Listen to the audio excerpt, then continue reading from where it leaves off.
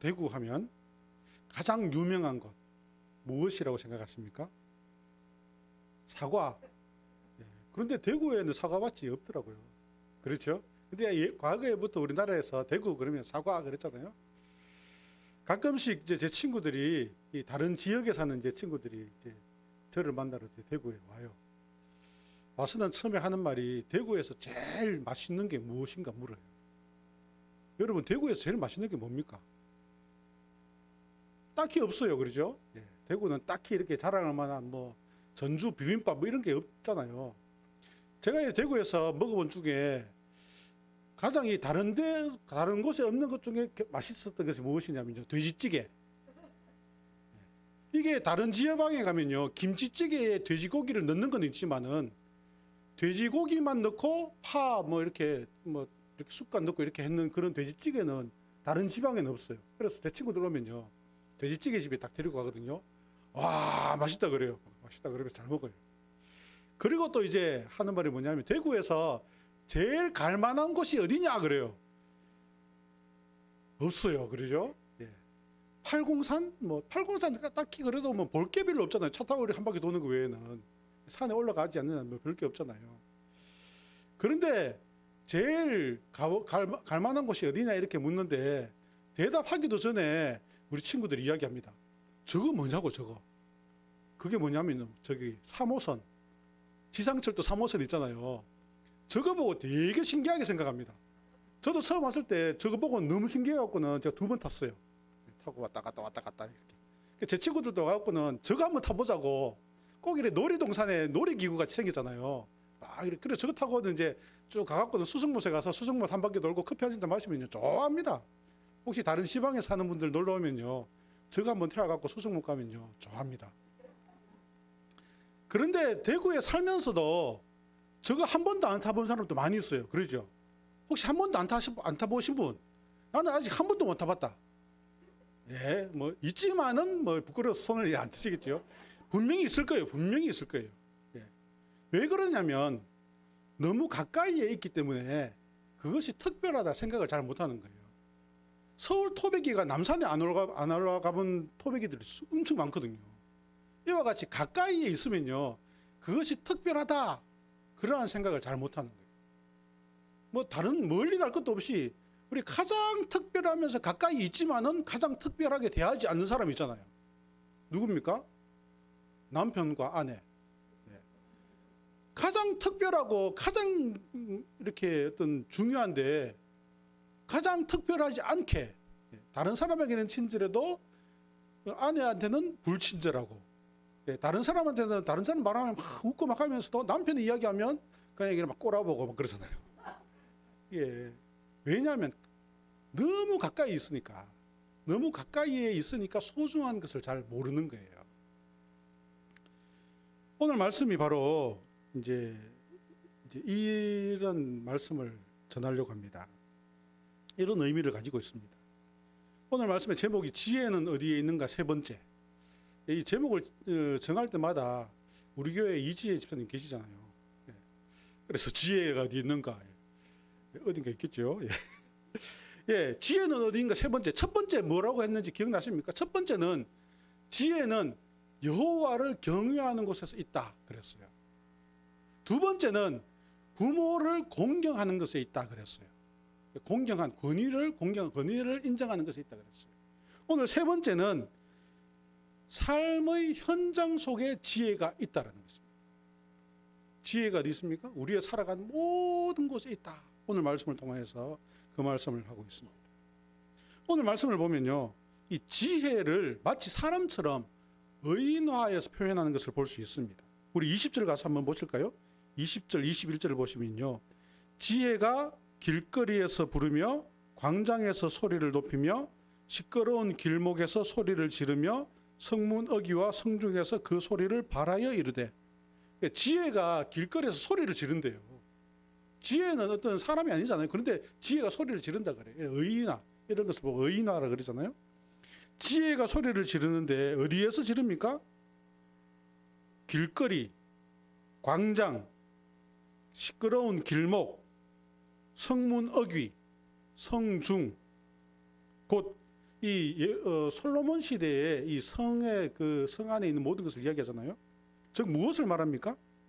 성 곳곳 어디서든지 이 지혜가 이와 같이 소리를 친다, 그 말씀인 거예요. 그러니까 지혜는 우리가 살아가는 특별한 어느 곳에만 딱 있는 것이 아니라 우리가 살아가는 곳곳에, 우리 눈이 보이는 모든 곳에, 여러분들이 있는 모든 곳에 지혜가 있다라는 것입니다. 그 지혜는 우리에게 말씀을 하고 있는 것입니다. 즉 지혜는, 하나님의 말씀은 우리가 살아가는 모든 곳에 적용되는 것이다, 그런 의미를 가지고 있습니다. 모든 곳에서 하나님께서는 역사하시고 우리가 살아가는 모든 곳에 하나님께서는 함께 하신다, 그 말씀을 하고 있는 것입니다. 우리가 살아가는 모든 곳, 어느 곳이든지 하나님께서는 말씀하시며 모든 곳에서 그 말씀을 우리는 들어야 된다, 그 말씀을 하고 있어요. 교회에 와서만 말씀 듣고 교회에 와서만 신앙생활을 하는 것이 아니라 우리가 살아가는 모든 곳에서 예수 믿는 그리스도인으로서 사람의 모습이 나타나야 된다라는 것입니다. 성경 말씀은 어느 특정한 곳, 예를 들어서 교회, 이곳에만 적용되는 것이 절대로 아닙니다. 우리 신앙생활을 한다는 것은요, 교회를 잘 나오는 것, 이것만이 아닙니다. 예배만 잘 드리는 것, 그것만이 아니에요. 우리 예배 잘 드리고 교회 와서 봉사 잘하고 하면요, 사람들 눈에는 신앙생활 잘한다, 이렇게 보여질 수 있어요. 우리 교회에서 이제 투표를 통하여서 직분을 받잖아요. 그것은 사람 눈에만 잘 보이면 됩니다. 예배 잘 나오고 봉사하고 그런 사람 눈에만 잘 보이면요, 그거 잘 이렇게 인정받을 수도 있어요. 그러나 신앙생활은 그것만이 아니다. 물론 그것을 무시하는 것이 아니라 그것도 필요하지만은 그러나 그것만이 아니라 우리가 살아가는 모든 곳에서 하나님의 말씀을 듣고 그 말씀을 순종하며 살아가는 것을 신앙생활이라 그러는 거예요. 예수를 믿는다라는 것은 교회만 잘 나오는 것이 아니라 내가 살아가는 매일매일 한순간도 빠지지 않고 하나님과 동행하면서 하나님의 말씀에 순종하는 것이 신앙생활이다라는 것입니다. 우리는 그것을 말씀으로 살아간다, 이렇게 이야기하죠. 말씀으로 살아간다. 우리가 살아가는 모든 곳에 하나님의 말씀을 기억하면서 살아갑니까? 여러분들 매일매일 살아가면서 순간순간마다 지금도 하나님께서 나를 인도하시고 보호하시고 지켜주시고 나를 바라보고 계신다, 그것을 인정하십니까? 깨닫습니까? 지혜로운 자는 이와 같이 그것을 깨닫는 자예요. 하나님께서 함께 하시고 하나님의 말씀에 순종하기로 하는 자, 그것이 지혜로운 자다, 이렇게 말씀하고 있습니다. 그렇기 때문에 지혜로운 자는요, 어떤 어려운 일을 당합니다. 어려운 일을 당할 수 있어요. 세상에 살다 보면 어려운 일을 당할 수가 있어요. 그러나 어려운 일을 당해도 어떻습니까?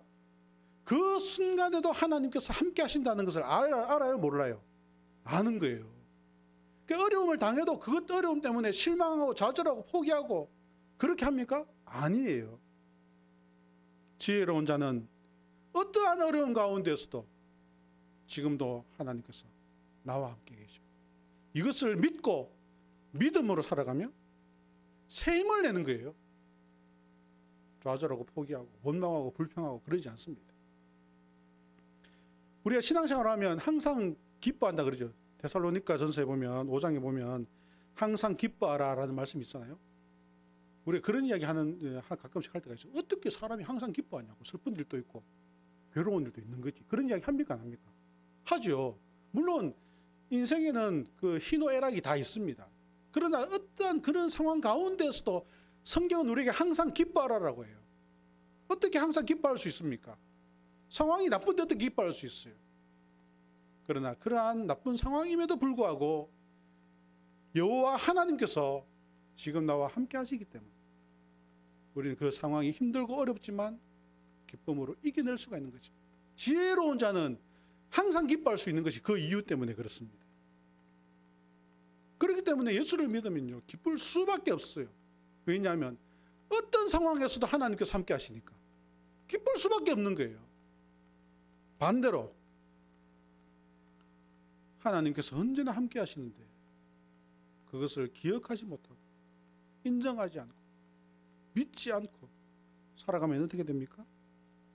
사소한 일에도 원망과 불평과 그러한 믿음 없는 삶을 살아가게 되는 거죠.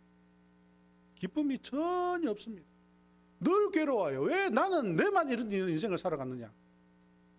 그런 생각밖에 들지 않는 거예요. 지금 이 시간에도 하나님께서 나를 보고 계신다는 것을 잊어버리니까, 그 믿음이 없으니까 어떤 상황이 와도 불평밖에 없는 거예요. 잘 돼도 불평, 안 돼도 불평. 그런 이야기 하더라고요. 야구장에 가면요, 야구장 앞에 이제 지금은 뭐 저 옮겨서 그런데 옛날에 여기 칠성동에 야구장이 있었잖아요. 그 앞에 야구를 마치고 나면 술집이 그렇게 잘 된대요. 왜 잘 됐냐 그러면 이긴 날은 이겼다고 술 먹고 진 날은 졌다고 술 먹는데요. 예수 믿는 사람들은 그 반대로 안 돼도 하나님께서 함께 하시니까 이 모든 어려움 이겨낼 수 있다. 소망이 있으니까 기쁘고, 잘 되면 하나님께서 축복하신 것을 감사해서 기쁜 것이, 이것이 바로 신앙생활이다 라는 것입니다. 우리는 믿음을 가지고 살아야 됩니다. 교회에서만 믿음 가지고 있는 척 하지 말고 우리가 살아가는 모든 곳에서 하나님께서 함께 하심을, 그 믿음 가운데 살아가야 되는 것입니다. 지금도 하나님께서 보고 계시는데, 지금도 하나님께서 함께 하시는데, 하나님께서 지금 나를 보시고 어떻게 생각하실까? 내가 이 말하는 것이 하나님께서 보실 때 어떠하실까 생각이 있어야 돼요. 그냥 자기 생각나는 대로 다 이야기해버리고 자기 고집대로 다 고집부리고, 그것은 온전한 믿음 생활이 아니고 지혜로운 자가 아닙니다. 지혜로운 자는요, 어느 순간에도 하나님께서 나를 지켜보시고 지금 또 함께 하신다, 그것을 기억하는 것입니다. 그러면 어떻겠어요? 말을 조심할 수밖에 없습니다. 예수 믿는 사람들은 품위가 있을 수밖에 없어요. 예수 믿는 사람들은 품위 있게 살 수밖에 없어요. 왜냐하면 늘 하나님 생각하니까, 늘 하나님 앞에 있으니까 품위가 있을 수밖에 없어요. 세상 사람들이 존경하지 않을 수가 없어야 돼요. 오늘 말씀을 보면요, 그래서 이제 앞에 제가 말씀드릴 때 의인화되었다라고 말씀드렸잖아요. 그래서 거기 지혜라는 말에 하나님이라고 바꾸면요, 이게 이해가 더 쉬울 수 있습니다. 다시 한번 보실래요? 자, 20절부터 보시면 지혜라는 말에 하나님을 넣습니다. 하나님께서 길거리에서 부르며 광장에서 소리를 높이며 시끄러운 길목에서 소리를 지르며 성문 어귀와 성중에서 그 소리를 발하여 이르되, 너희 어리석은 자들은 어리석음을 좋아하며 거만한 자들은 거만을 기뻐하며 미련한 자들은 지식을 미워하나니 어느 때까지 하겠느냐? 하나님의 책망을 듣고 돌이키라. 보라, 하나님의 나의 영을 너희에게 부어주며 하나님의 말을 너희에게 보이리라. 하나님 말씀 넣으면 딱 맞는 거예요. 이와 같이 하나님께서는 어느 곳에서나 우리와 함께하고 계십니다. 때로는 우리가 왜 그런지 모르지만 너무 익숙해서 그런지, 너무 친해서 그런지 우리가 온전한 믿음을 가지지 못하는 모습이 있습니다. 익숙한 것을 귀한 줄 모르고 지나가는 거예요. 우리가 귀한 것을 귀한 줄 알아야 되는 것입니다. 우리는 삶의 순간순간마다 역사하시는 하나님, 나와 함께 하시는 하나님을 깨닫고 믿음으로 살아가야 되겠습니다. 한번 생각해 봅시다. 하나님께서 나의 일생에 한순간도 함께 하지 않은 적이 있는가? 그때는 몰랐지만 세월이 지나서 보면, 내가 힘들고 어려운 그때는 몰랐지만 세월이 지나서 보면 그 순간에도 하나님께서 나와 함께 하셨다라는 것을 알 수가 있습니다. 그렇기 때문에 지혜로운 자는 지금 현재도 하나님께서 함께 하신다는 것을 깨닫는 자, 바로 그 사람이 지혜 있는 자라는 것입니다. 그것이 바로 오늘 본문 말씀을 통해서 우리에게 할 수 있는 말씀입니다. 우리는 날마다 하나님의 은혜를 생각하며 살아가야 됩니다. 그것이 복받는 길이고요, 그것이 행복을 누리는 삶입니다. 행복하게 사는 것은 돈 많이 벌고 맛있는 거 먹고 놀러 다니고 이것이 아닙니다. 지금도 하나님께서 나와 하시는구나. 이것을 깨닫는 것이 바로 행복한 삶인 것입니다. 성경 말씀을 교회에 와서 교회에서만 듣고 집에 가서는 다 덮어놓고는 세상 사람들하고 똑같이 살아간다면 그것은 진정한 그리스도인의 삶이 아니다라는 것입니다. 저는 이렇게 생각합니다. 요즘에 기독교인들이 교회, 기독교, 사회적으로 이렇게 비난을 많이 하잖아요. 이 나쁜 놈들이 교회를 비난해요. 아무것도 모르면서. 그렇죠? 교회도 안 와보놓고는 교회를 비난한다니까요. 교회를 와보고 비난하면 몰라도. 제가 나쁜 놈 이런 말 써서 죄송한데요. 기독교에 대한 부정적인 여론이 많습니다. 그 첫 번째는 저는 그렇게 생각해요. 그들이 교회를 와보지 않았고 기독교가 뭔지를 모르기 때문에 교회를 비난하는 거예요. 그리고 두 번째는 뭐냐면요. 우리가 신앙생활을 제대로 못했기 때문에 그래요. 순간순간 우리가 살아가는 월화수목금토 주일만 신앙생활이 아닌데 우리는 주일만 신앙생활하고 월화수목금토는 그냥 세상 사람으로 살아가니까 세상 사람들이 볼 때 그냥 비난할 만한 조건들이 보이는 것입니다. 성경을 하나님의 말씀을 교회에만 모셔두지 말고 우리가 살아가는 모든 상황 속에서 그 말씀 가운데 은혜를 깨닫는 여러분들 되시길 바랍니다. 교회를 다니는데 하나님 없는 사람들이 많아요. 교회는 다니는데 하나님이 없어요. 세상에서 살면서 그렇다.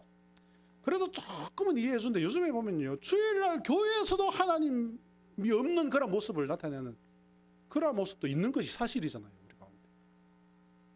어느 순간에도 하나님께서 나와 함께 하시고 지켜보고 있습니다. 내가 이렇게 말하는 것, 이렇게 행동하는 것 이것이 하나님 보실 때 어떠할까? 늘 생각해야 되는 것입니다. 이것이 신앙생활이에요.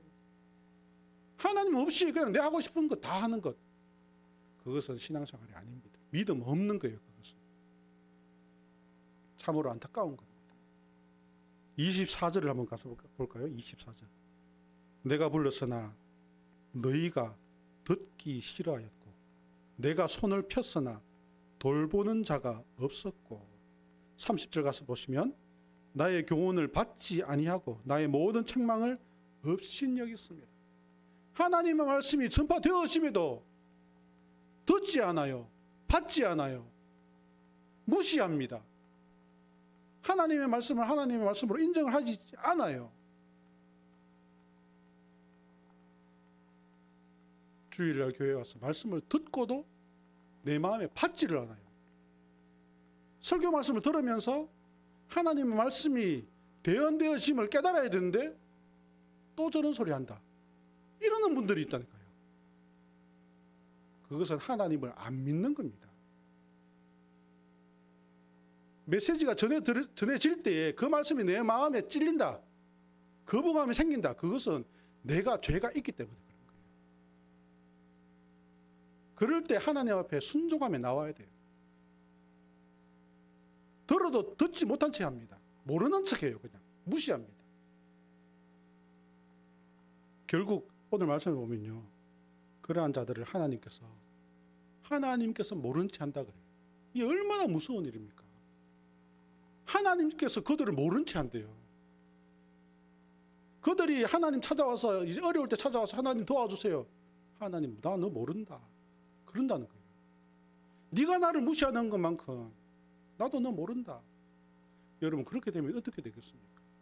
한순간도 우리는 하나님의 은혜가 없으면 살 수가 없는데 하나님께서 나는 모른다. 그러면 어떻게 하겠어요? 이 두려운 사실을 우리는 기억하면서 살아가야 되는 것입니다. 26절부터 뒤로 다시 가서 보시면요. 너희가 재앙을 만날 때 내가 웃을 것이며 너희에게 두려움이 임할 때 내가 비웃으리라. 너희의 두려움이 광풍같이 임하겠고 너희의 재앙이 폭풍같이 이르겠고 너희에게 근심과 슬픔이 임하리니 그때에 너희가 나를 부르리라. 그래도 내가 대답하지 아니하겠고 부지런히 나를 찾으리라. 그래도 나를 만나지 못하리니 대저 너희가 지식을 미워하며 여호와 경외하기를 즐거워하지 아니하며 나의 교훈을 받지 아니하고 나의 모든 책망을 업신여겼습니다. 그러므로 자기 행위의 열매를 먹으며 자기 꾀에 배부르리라. 어리석은 자의 퇴보는 자기를 죽이며 미련한 자의 안일은 자기를 멸망시키려니. 33절 말씀이 결론적으로 말씀하십니다. 33절. 오직 내 말을 듣는 자는 평안히 살며 재앙의 두려움이 없이 안전하리라. 오늘 이 본문 말씀은 이 구조가 아주 간단하게 되어 있습니다. 지혜는 어느 곳에든지 전파되어지는데 그것을 듣는 자가 있고 안 듣는 자가 있다. 듣는 자는 평안히 살고 재앙이 없이 두려움 없이 살지만 듣지 않는 자는 멸망한다. 듣지 않는 자는 고통 가운데 부르짖어도 하나님 그를 돌아보시지 않는다. 간단해요. 내용이 간단합니다. 이 오늘 본문 말씀에서 핵심적인 단어가 돌이키라라는 거예요. 돌이키라. 그렇기 때문에 너희들은 돌이키라. 가까이 있는 것을 무시하지 말고, 가까이 있다고 무시하지 말고, 내 지혜의 말을 듣고 돌이키라 말씀하십니다. 지금도 성령께서는 우리에게 가르치고 있습니다. 지혜의 말씀을 듣고 돌이키라. 예배를 드리는 것은 그냥 한 시간 이렇게 앉아서 순서를 따라가는 것이 아니라 말씀을 듣고 나를 돌이키는 것입니다. 지혜의 교훈을 듣고 순종하는 거예요. 거부하고 반항하면 안 되는 거예요. 그것은 예배가 아닙니다. 신앙생활이 아니에요. 우리는 항상 주의 말씀을 듣기 위하여 귀를 열고 있어야 되는 것입니다. 지금도 하나님께서 함께 하시고 언제나 어디에서나 함께 하시며 우리에게 말씀하신다. 우리는 그 말씀을 듣고 어떻게 해야 됩니까? 나를 돌이키는 겁니다. 마태복음 11장 15절에서 17절 보시면 귀 있는 자는 들을지어다 그랬어요. 예수님께서 이렇게 말씀하셨습니다. 이 세대를 무엇으로 비유할까? 비유하건대 아이들이 장터에 앉아 제 동물을 불러 이르되 우리가 너희를 향하여 피리를 부르도 너희가 춤추지 않고, 들어도 모르는 척, 안 듣는 척 한다는 것입니다. 계시록 2장 11절에 보시면 귀 있는 자는 성령이 교회들에게 하시는 말씀을 들을지 이기는 자는 둘째 사망의 해를 받지 아니하리라. 듣는 자는 승리하게 되어 있습니다. 바로 하나님의 말씀을 듣는 자가 그가 지혜로운 자인 것입니다. 여기서 듣는다라는 것은 나를 돌이키는 것을 포함하고 있습니다. 하나님의 말씀 듣고 나를 돌이키는 자가 지혜 있는 것입니다. 우리는 이 땅에 살아갈 때 어느 순간에든지 어디서든지 언제든지 하나님은 나와 함께 하시고 나에게 말씀하십니다. 그것을 듣고 순종하며 돌이키며 살아가는 귀한 우리 성도들 되시기를 주의 이름으로 축원합니다. 다 같이 기도하겠습니다. 고마우신 하나님, 오늘 또 귀한 말씀 주시니 감사합니다. 주의 말씀을 우리가 경외하며 듣기를 즐거이 하고 주의 말씀대로 늘 순종하여서 주님과 동행하며 그 기쁨과 소망을 누리는 우리 모든 성도들 다 되게 하여 주시옵소서. 예수님의 이름으로 기도드립니다. 아멘.